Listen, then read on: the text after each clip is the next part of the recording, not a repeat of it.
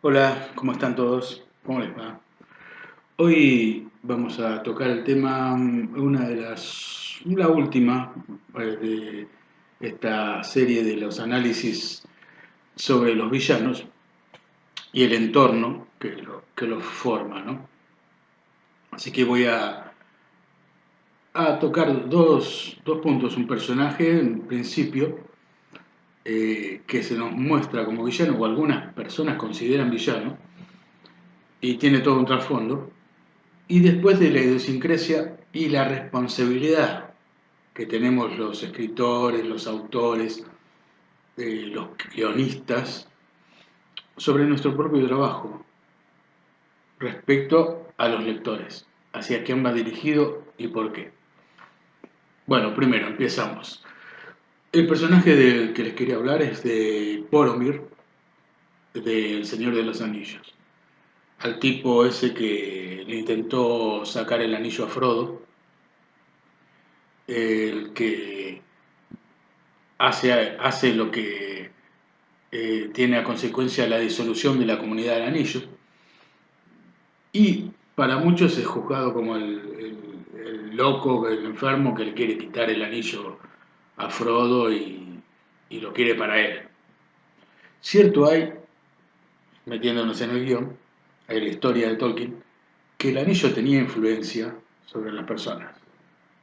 Es por eso que ni Gandalf, ni Aragorn, ni Galadriel, que se lo ofrecen, lo aceptan, porque dudan de ellos mismos, de tener la fortaleza de no usarlo. En cambio a Frodo, que parece destinado a tenerlo, es el único con el temple, y a veces no, porque creo que Sam es más grosso que Frodo, aunque Frodo es mi favorito en ese libro. Un simple hobbit, que implica el ser más pequeño, es el que tiene la fortaleza para llevarlo. Pero sin desviarnos de mucho del tema, seguimos con Boromir y entender a Boromir. Boromir era realmente un villano, era un tipo malo.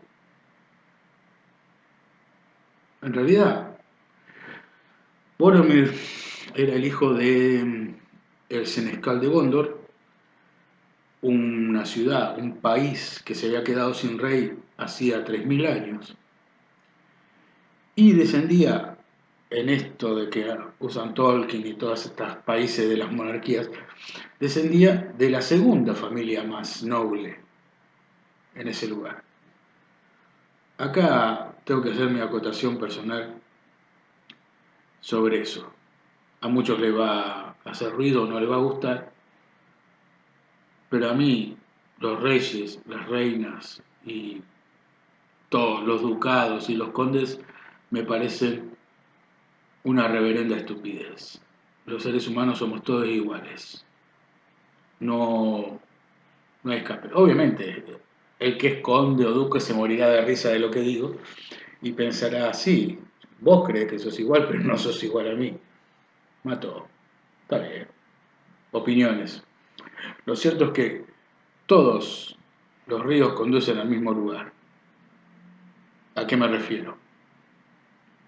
Cualquiera que ustedes conozcan, cualquier persona que vayan a conocer, va a terminar como Alejandro Magno, como Mussolini, como Kennedy,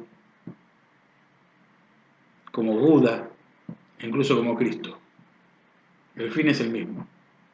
Va a ser mi final, va a ser el final de cualquiera que está viendo este video. O sea, somos iguales. El tema es cómo lo vemos. Un día voy a hablar de ese tema porque es todo un video. Cortito, eso sí. Porque el que mejor dio la respuesta, lo digo así rápido al pasar antes de seguir con Boromir, es Neo en Matrix, cuando el agente Smith al final de la tercera película le pregunta ¿por qué haces esto? Y él dice, porque yo quiero, porque yo lo elegí. Y creo que la vida es eso, es que hagas lo que vos elegiste, porque es lo que no nos pueden quitar todavía. Esa es la libertad. Y hoy voy a hablar de libertad de expresión también, pero primero vamos con Boromir. Boromir era el hijo predilecto de Denethor, tenía el hermano, Faramir, un hermano con el que se había criado siempre bien, no había celos entre ellos, eran dos hermanos que se querían mucho. La única diferencia la hacía el padre, que tenía de preferido a Boromir, Boromir que era el guerrero más fuerte de, de Gondor y no le tenía miedo a nada, tipo que iba al frente, que había liberado Gilead. Hay una escena muy interesante entre los dos hermanos en la versión extendida de las dos torres, donde vemos la faceta de Boromir, de cómo era con el padre y cómo era con su hermano menor, con Faramir. Y ahí, nosotros cuando lo vemos la primera vez a Boromir es cuando llega a Rivendell, después de un viaje solitario, que nunca entendí por qué fue solo. Y bueno, ya se sabía que en Rivendell estaba el anillo, no solo por sueños, que creo que Boromir había tenido un sueño, donde lo había visto, creo que Faramir también, y Denethor no necesitaba soñar porque Denethor tenía el Palantir, con el que veía un montón de cosas que pasaban en otros lugares. Hay que poner en situación de que Gondor estaba casi sitiado, tenía Mordor al frente, ya los ejércitos de los orcos habían avanzado, la amenaza estaba ahí, hacía años que estaba, nunca se sabía cuándo iban a cruzar el río los orcos, y era un país que estaba al borde de la guerra. A Boromir lo envían, y Boromir también, Boromir se ofrece a ir sabiendo de que en Rivendell estaría un arma con la que pueden combatir al poder de Mordor. Eso es lo que fue a buscar Boromir. Buscarlo y llevarlo a Minas Tirith para salvar a su pueblo. No solo era el peso ese de su responsabilidad, sino también que el padre se lo había pedido. Era un montón de cosas para poder entender al tipo que va a la compañía del anillo.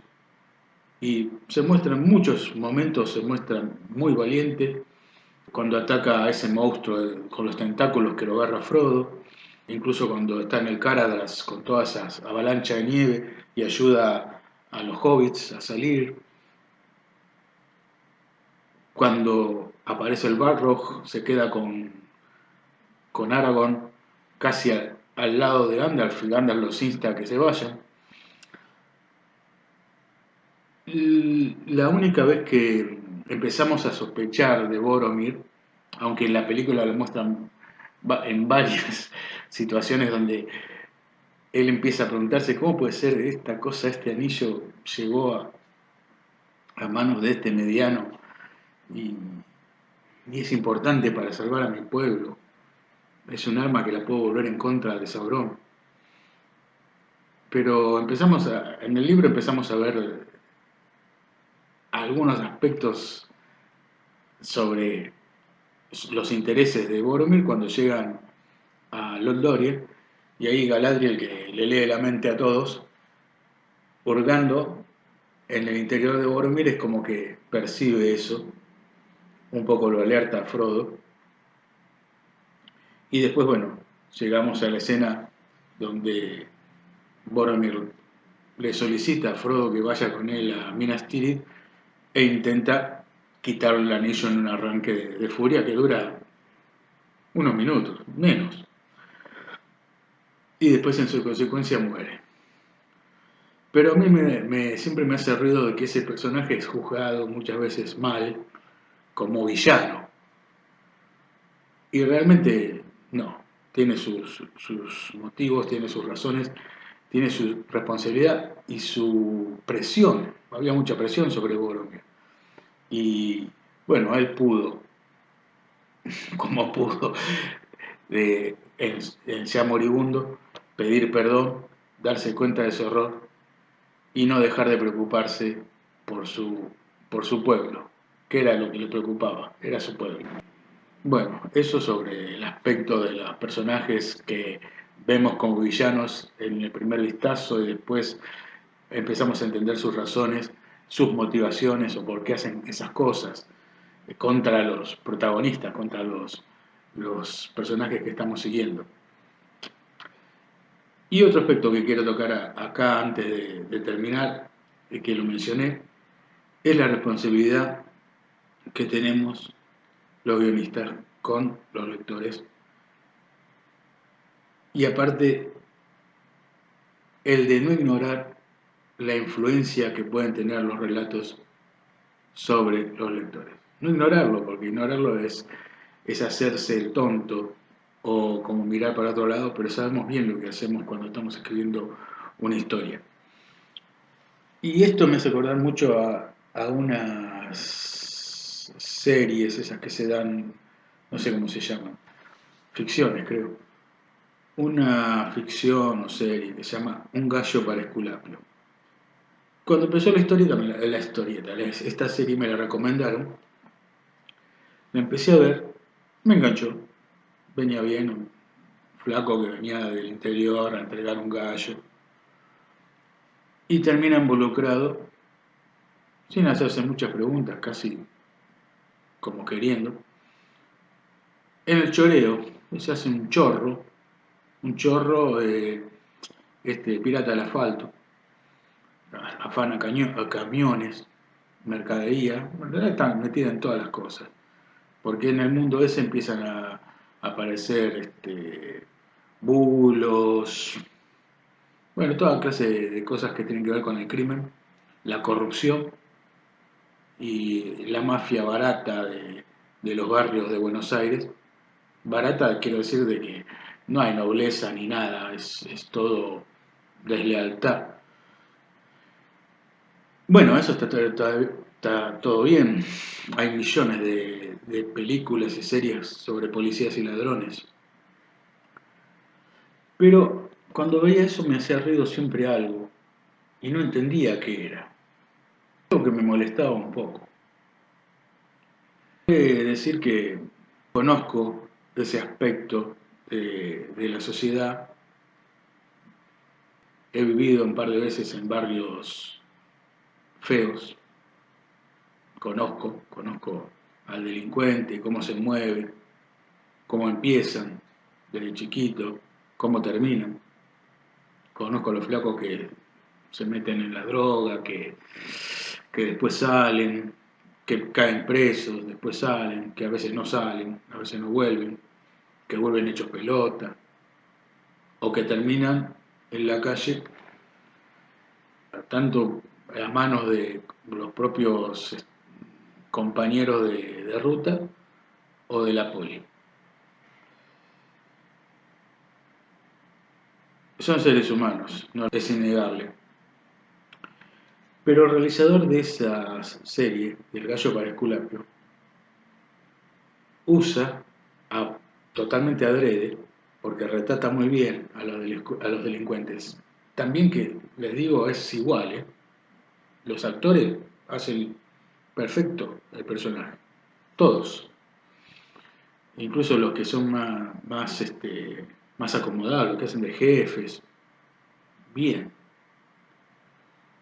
Pero hay una cosa que maneja el director, que es un mensaje subliminal que lo tira durante todo el tiempo, cuando vos ves que todo está centrado en los sentimientos y pensamientos, se puede decir que pensamientos, de estos protagonistas, entre comillas también, porque cuando van a robar, siempre matan a alguno, mataban a uno que manejaba un camión, a un poli que estaba de guardia, a un vigi que estaba ahí parado, lo revientan, pero la acción nunca se centra, ni la atención del director se centra en esa víctima. Eso es como una especie de telón de fondo. Sí, por ejemplo, cuando fallece uno por enfermedad que nunca se explica qué tenía, si un cáncer, una podredumbre, no sé, una enfermedad venérea. Y es en esa escena donde todos los protagonistas nos muestran el dolor y el pesar porque murió uno de ellos, que eran otras personas que no empatizan con nadie, que le importa tres carajos la vida de nadie. En la serie matan, la gente son cosas, la gente que justamente es la mayoría, que, estar, que están representando esos que mueren, son los que nos representan a los que tenemos una vida normal, que no nos metemos no matamos nunca a nadie, a la gente común. Entonces esto normaliza que la gente común es esa, los chorros, o esta gente que se ve obligada por lo social, por su crianza, por su medio ambiente, a, a dedicarse a agarrar un arma y matar gente para obtener cosas. Siempre es ese enfoque. Y acá veo, o sea, por eso no nombro a este realizador, sé el nombre, sé todo, pero como yo nunca me gusta nombrar a la gente que la verdad que no me agrada, veo que lo hace totalmente a propósito. Y el mismo realizador, creo que es el mismo, pero no confundirme, es el que hizo la película del Ángel, sobre Robledo Puch, transformándolo en un niño, así que mató un par porque está un poquito loquito, o hace la de él. Y es mentir, está mintiendo. Robledo Puch no era así. El que estudió un poco no era así. Porque estamos hablando así, estos asesinos, tipos seriales, porque casi un asesino serial, que matan chicas embarazadas, personas por la espalda, personas que están trabajadores que estaban durmiendo, así, ese era Robledo Puch, mataba así. Son lo mismo, y ya lo hablé en un video anterior, el mismo clase de villano, o sea, de tipo enfermo, por lo mismo digo, Peticio de Judas, hacía cosas que ni quiero nombrar en este video por lo horrendo que son que hacía a los chicos, un criminal repugnante.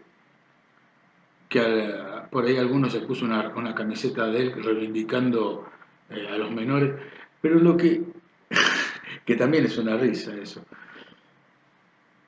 Estas personas, estos desquiciados, son lo mismo que Hitler.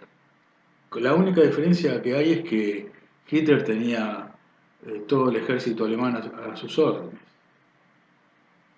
Pero después de eso, en la psicopatía, en lo enfermo mental de llevar a la muerte a un montón de gente, eran iguales.